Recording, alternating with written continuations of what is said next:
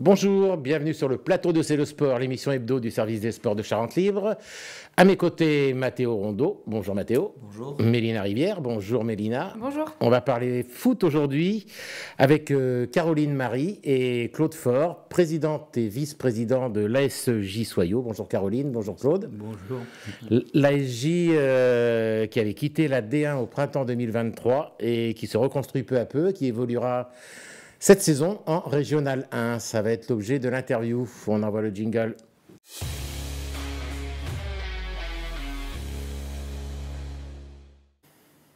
Alors, la Ligue a officialisé en début de semaine votre, je ne sais pas si c'est un repêchage, votre accession en Régional 1. Très bonne nouvelle. Oui, bien sûr, très bonne nouvelle. Ça fait un peu plus d'1 an qu'on attend cela. Après nos déboires il y a un peu plus d'1 an et notre relégation en Régional 2, on s'était battu sportivement cette année pour essayer de monter en Régional 1. Bon, malheureusement, ça ne s'est pas fait, mais cette année, repêchage, vous l'avez dit, grâce au repêchage à la place de l'équipe de Bassins, on atteint pour cette nouvelle saison la R1 et on est très très heureux. Ouais. Vous deviez justement attaquer le championnat ce week-end, mais finalement la première journée est reportée. Est-ce que vous pouvez nous expliquer pourquoi ? Alors d'après ce que j'ai compris par rapport à la Ligue, il y a encore des décisions qui sont en instance, peut-être vis-à-vis du COMEX, et notamment je pense que ce sont par rapport aux Girondins de Bordeaux. Il y a eu pas mal de remontées aussi. Le calendrier, vous l'avez dit, on a eu le repêchage là en début de semaine. Du coup, le calendrier est officiellement sorti en début de semaine. Bon, il y a pas mal de clubs qui ont demandé à ce que, pour des raisons pratiques et logistiques, on peut l'entendre, la première journée de R1 et R2 soit reportée. Vous l'avez dit, Caroline, l'ASJ a connu des déboires ces derniers mois. Le club avait déposé le bilan au printemps 2023, quitté l'élite pour repartir en R2 après 2 ans de présidence de Benoît Le Tapissier. On voit l'article de Charente Libre du lundi 29 mai 2023 à l'écran. Claude, pour vous qui avez tout connu avec ce club depuis des décennies, ce moment-là, 2023, ça a été un coup de poignard? Un coup de poignard, oui, mais c'était difficile quand même. On a été vraiment très contents d'aller connaître ce milieu professionnel, 4 ans avant, et puis de se mesurer. On savait bien qu'on n'y resterait pas des décennies. Hein. C'était vraiment... surtout que le football avec la Coupe du Monde en France et tout en 2019 a pris un essor au niveau des meilleures équipes. Et bien sûr que les salaires n'étaient pas les mêmes que ceux des garçons, mais ils devenaient quand même trop importants pour une ville comme Soyaux, quoi. Donc on savait qu'un jour ou l'autre, on serait obligé de revenir un petit peu en dessous, quoi. On ne pensait pas que ça se passerait comme ça, quand même. On imagine que cette dégringolade, elle a été compliquée à gérer. Sur qui vous avez pu compter pour repartir ? Alors, sur nous-mêmes. Sur nous-mêmes. On a peut-être reçu 1 ou 2 messages de soutien de club, mais pas plus. Non, localement, que ce soit la commune, que ce soit le département et la région, une année, nous ont... bien soutenu en gardant ce qu'ils nous donnaient tout, ce qui faisait que, bon, on a pu quand même redémarrer et tout. Donc, Et dans l'entourage, le public qui venait au stade et tout, vous avez quand même gardé ce noyau de proches ? Alors on le retrouve, quoi. On le retrouve. Bien sûr que... Une fois qu'on n'était plus en D1, bon, les gens qui venaient de loin, on ne les voyait plus, mais ils venaient pour voir l'équipe adverse. Ouais. Donc, mais les vrais supporters, ceux qui étaient là, bon, il y a eu un petit creux, et puis maintenant, tout le monde revient, et voilà, on se retrouve avec une ambiance comme avant, quoi. Donc c'est sympa. Claude, vous me disiez il y a quelques jours que le club en avait encore pour 2 ans à éponger ses dettes, mais que les partenaires commençaient à revenir. Alors, on va plutôt demander à la banquière, Caroline, où en êtes-vous concrètement ? Eh ben, il a fallu aller voir tous nos partenaires, puisqu'on les avait tous cédés en intégralité à la société. Oui. Donc forcément, quand tout a dégringolé, les partenaires sont partis avec. Je tiens juste à préciser sur ce que disait Claude tout à l'heure. Effectivement, la société a dégringolé, mais l'association était là, elle. On était là bien avant, on était là pendant et on est là après et on le prouve. Nous, on s'était quand même préparer, j'ai envie de dire, l'association à ce que il y ait des complications. Donc d'un point de vue projet club, projet sportif, on s'était préparé déjà depuis le printemps. Et on a recréé des commissions, une organisation. Il a fallu clairement se retrousser les manches et aller au front. Une commission partenaire est en place avec 2-3 personnes qui travaillent, qui œuvrent. On a recontacté les anciens partenaires qui nous faisaient confiance. Certains nous ont reclaqué la porte au nez. T'es un peu échaudé peut-être. Bien sûr, et ça se comprend tout à fait. Hein. Et puis d'autres ont choisi de nous refaire confiance. On a aussi des nouveaux partenaires qui nous font confiance. On leur a présenté un projet sportif qui tenait quand même la route. Hein, à 3 ans, et puis avec les montées sportives cette année, finalement on leur prouve que notre projet tient la route. Donc c'est en cours, et ça sera encore en cours parce que c'est encore un vrai sujet cette saison. Forcément, le financier est extrêmement important dans notre quotidien. Dans 2 ans, vous aurez réglé votre dette. C'est le temps que vous vous laissez pour viser le niveau national, la D3. On était parti sur un projet sportif d'accession en division 3 à 3 ans, donc on est dans le plan de marche. Alors, Tom Bouvier a entraîné l'équipe Fagnon la saison passée. Il va se concentrer sur les U19 cette saison. On en parlera tout à l'heure, qui sont montés en niveau national. Du coup, vous avez fait appel à Johan Dumay, ancien entraîneur de la CFC, qui était à La Roche-Rivière la saison dernière. On va le voir à l'écran. Johan, toujours ce sourire caractéristique. C'est un garçon d'expérience. Johan, vous en attendez quoi ? On en attend exactement ce qu'il est. On cherchait un profil tout à fait comme Johan. On s'est rencontrés, on a parlé le même langage et le même football. Ça a clairement tout de suite matché.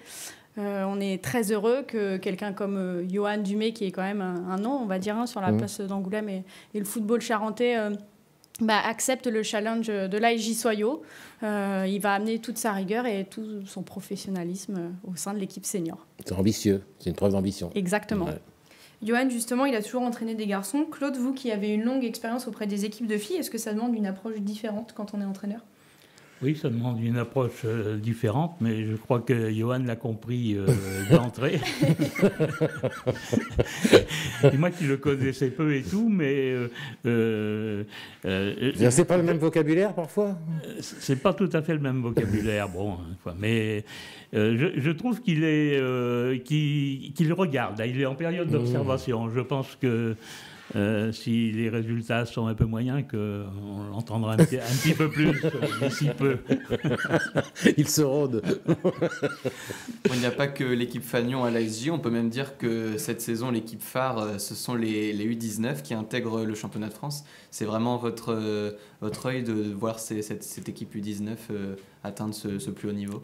C'était très important. Aujourd'hui, on parle de projet club et d'accession en division 3, mais il y a quelque chose qui est très important pour le club de l'ASJ Soyaux, c'est la formation.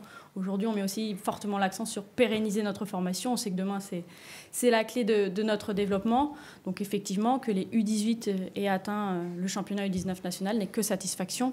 On rappelle aussi, on a une section sportive élite avec la Marguerite de Valois et la Ligue en partenariat.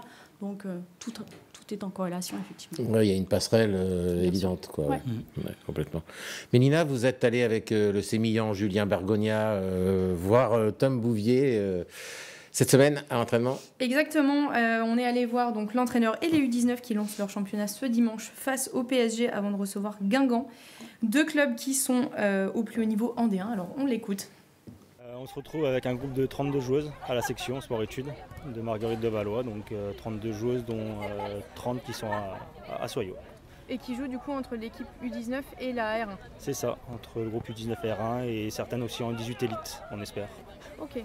Là, ce week-end, vous commencez le championnat. Qui vous allez affronter ? On va affronter le PSG. Donc c'est une bonne première petite journée pour se mettre dans le bain et voir à quel niveau on peut être. Dans le groupe cette année, vous avez de gros adversaires. Est-ce que vous pouvez nous parler un petit peu de la composition de cette poule D ? Cette première poule est intéressante pour nous parce qu'on n'a pas l'objectif de finir premier, mais toujours de bien figurer au niveau du classement. Ce sera vraiment important en deuxième phase pour se maintenir, mais la première phase en jouant Nantes, Guingamp, PSG, Bordeaux et Laval, ça va pouvoir nous mettre dans le bain et être formateur. Donc c'est aussi un test grandeur nature pour ce groupe. C'est exactement, qui sera un peu plus rajeuni par rapport aux filles qui vont jouer en R1, qui seront amenées à venir en 19 en deuxième phase pour renforcer. Et qui vous recevez ensuite à domicile ? On va recevoir Guingamp, donc soit à Soyaux, soit sur le synthétique de l'UNES, à 12h30. On parlait justement des objectifs de saison, donc il n'y en a pas forcément au niveau du classement. Le but c'est aussi de leur faire découvrir un petit peu plus ce plus haut niveau après cette accession acquise l'an dernier? Voilà, c'est ça, c'est de continuer à les former et les préparer pour atteindre le niveau national quand ils sortent de terminale en tout cas. Vous revenez justement avec les U19 après une saison en R2 l'an dernier. Comment s'est fait votre retour avec ce groupe? C'est moi qui ai décidé de rester sur le sport-études et qu'au mois de janvier, j'ai décidé de rester sur le sport-études et prendre l'équipe qui correspondait à cette catégorie d'âge.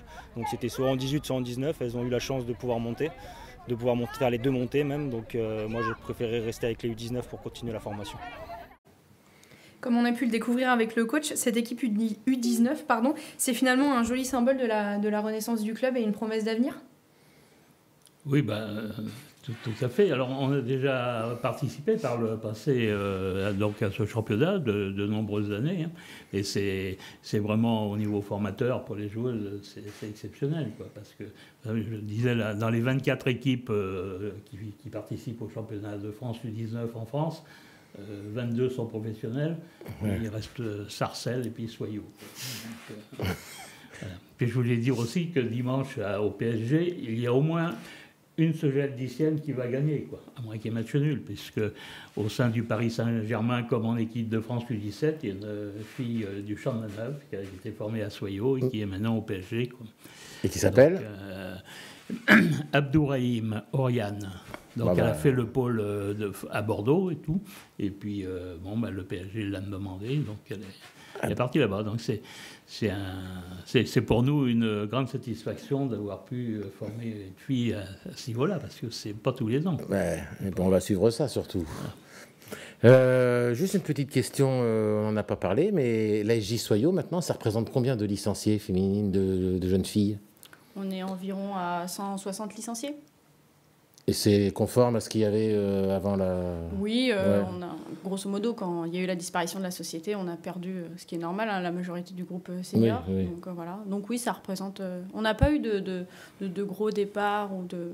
L'association n'a pas été... On a conservé. L'association n'a pas été réellement impactée par l'arrêt de la société. J'ai envie de dire, on a perdu tous les seniors. C'est la raison pour laquelle aussi la formation, on s'en rend compte aujourd'hui, est extrêmement importante.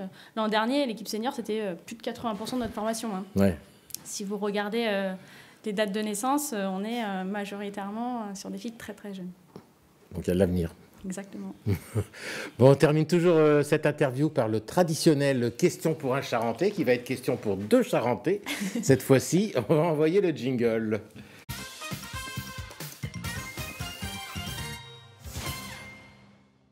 C'est le premier. Alors, Mathéo vous amène les buzzers. Un buzzer chacun. 5 questions pour vous départager.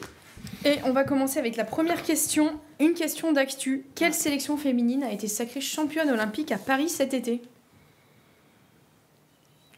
Oui. J'ai pas trop suivi. Mais... Allez, pensez. Je connais la réponse. Ouais. Bon, les États-Unis.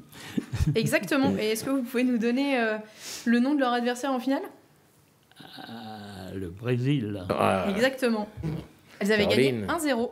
J'ai joué lors du premier match contre le Nigeria à Bordeaux. Quoi. Voilà. Et j'aurais jamais cru qu'elles iraient en finale. Le Brésil qui a éliminé la France en quart de finale. Deuxième question, l'inévitable question Corinne Diacre. Combien de sélections compte-t-elle avec l'équipe de France? Le plus proche à gagner. Vous avez droit à une réponse chacun. 122. 122 pour Claude. Caroline? 115. Ah, c'est Claude le plus proche. 121 sélections entre 1993 et 2005. On passe maintenant sur une question Soyaux. Depuis quand François Nobout est-il le maire? Ça, c'est pour toi aussi. Ça, je peux bien vous répondre. 1989. Exactement. Il effectue son 6e mandat. Voilà, en plus, j'étais dans la liste adverse à ce moment-là. C'est vrai. Une bonne raison de s'en souvenir. Alors, 4e question. Alors, le film Comme des garçons, que vous avez peut-être vu, de Julien Allard, s'inspire de la création de l'équipe féminine en 1968 à Reims. Je ne sais pas si vous l'avez vu, ce film. Non. Non, ni l'un ni l'autre. Ça va être compliqué alors. Qui joue le rôle du journaliste Paul Coutard, qui est à l'origine de cette création? L'acteur?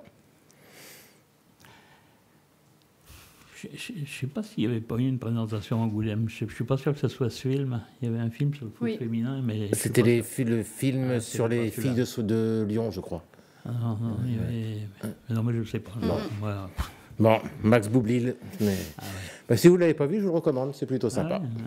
C'est plutôt bien. Ça fait point pour personne. Comme je te connais, tu voudrais retirer des points. Dernière question à 4 points. Allez, on fait tapis, Claude.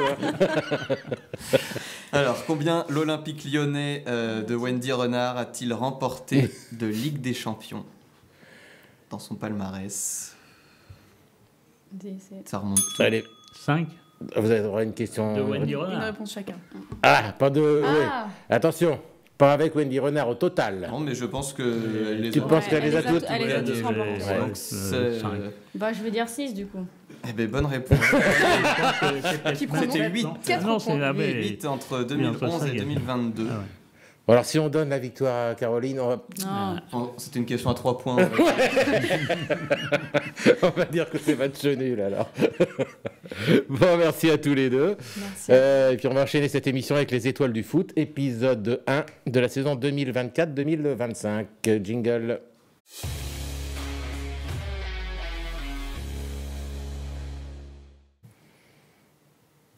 La première équipe du week-end de la saison, on va la voir s'afficher à l'écran. Une équipe emmenée par le vétéran Jérôme Bazir qui a inscrit un triplé pour son nouveau club de Ruelle le week-end dernier, donc pour la première journée départementale. À noter aussi la présence du jeune Teddy Alemandou, formé à l'ACFC, passé par les U17 de Toulouse et qui a retrouvé le club de ses débuts à Verdigues.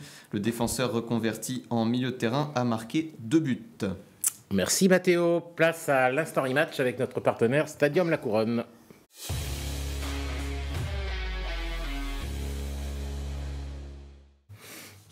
Et cette semaine, l'instant e-match est reparti pied au plancher avec 9 buts au menu de la crème proposé sur le site de Charente Libre et avec un top 3 qu'on va découvrir qui a été élu au sein de la rédaction sportive.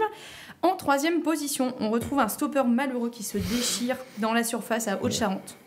En seconde position, un superbe lob piqué de Chris Arnaudet qui a offert la victoire à Grande-Champagne en D1. Et enfin, une frappe de 40 mètres du monastérien Ptolémée Desbarres, j'espère que je le prononce bien. Un but pharaonesque, on le découvre tout de suite.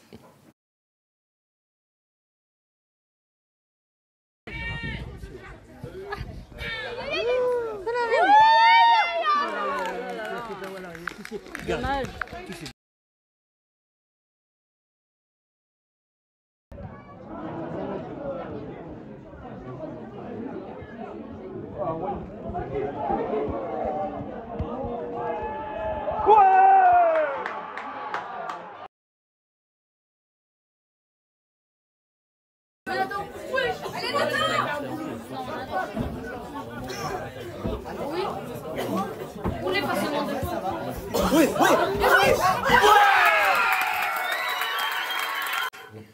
Il y a de la joie.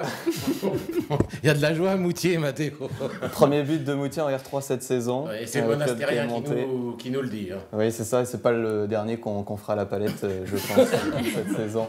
On va pouvoir lancer la vidéo. Le but donc de Ptolémée Desbarres avec une première erreur, c'est celle de relance du numéro 10 de l'équipe ezinaise qui relance directement dans les pieds justement du buteur. Le petit passement de jambe qu'on a apprécié en regardant au ralenti et cette frappe en tombant, vous l'avez vu, qui va lober le gardien, qui dure très très très longtemps et puis elle arrive à passer au-dessus du gardien qui a la main pas assez ferme pour dévier ce ballon. Je crois qu'il ne l'attendait pas vraiment non plus. Hein. Non, elle arrivait quand même de près de 40 mètres cette frappe. Pour cette victoire de Moutier, donc 2-0, qui a bien lancé la saison. Merci Mathéo. La gagnante ou le gagnant, je ne sais pas si c'est un homme ou une femme, sera contacté par Virginie Blanquer et gagne donc un bon d'achat de 30 € chez notre partenaire Stadium La Couronne. Et on conclut avec l'agenda du week-end.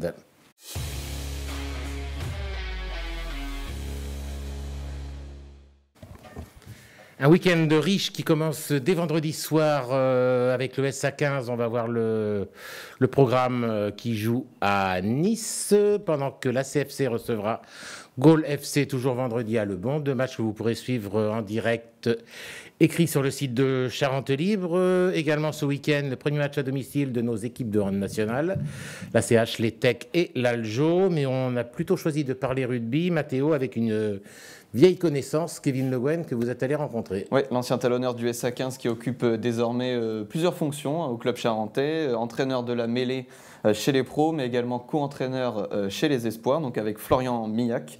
Justement, la saison des espoirs, elle commence ce week-end, ce samedi, en 2e division, et ça démarre sur le terrain de Mont-de-Marsan. On écoute Kevin Le Guen nous en parler.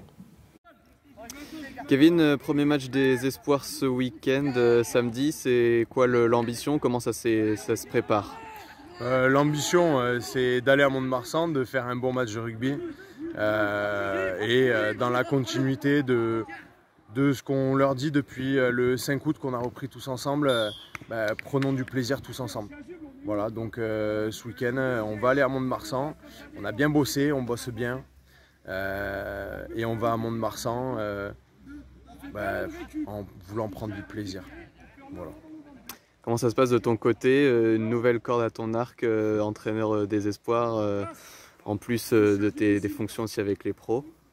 Ouais, ça se passe très bien. J'adore ce que je fais. Je prends un plaisir monstrueux. Vraiment, j'adore. Les mecs sont hyper investis. On a un super groupe qui a vraiment envie de progresser. J'avoue qu'ils me facilitent un peu la tâche parce qu'ils sont vraiment top et ils adhèrent à... en tout cas, j'ai l'impression qu'ils adhèrent à tout ce que je peux leur proposer, même les trucs les plus farfelus. Donc non, c'est cool, franchement, je me régale. De ce qu'ils m'en disent, eux aussi se régalent, donc tant mieux. Et maintenant, il faut que ça paye le week-end. Le principal, c'est la compétition après. Voilà. Voilà, Kevin Le Guen, qui avait l'habitude de pousser les mêlées entre ces 2 tracteurs, pilier droit, pilier gauche, va maintenant pousser derrière les jeunes pousses du SA15. Cette émission touche à sa fin. Elle n'est pas facile, celle-là. Merci Mathéo, merci Mélina. Caroline, Claude, merci pour tout. On souhaite une très belle saison à l'ASJ et de très belles saisons suivantes et tout le bonheur possible. Merci beaucoup. Merci à tout le monde. Au revoir. Au revoir. Au revoir.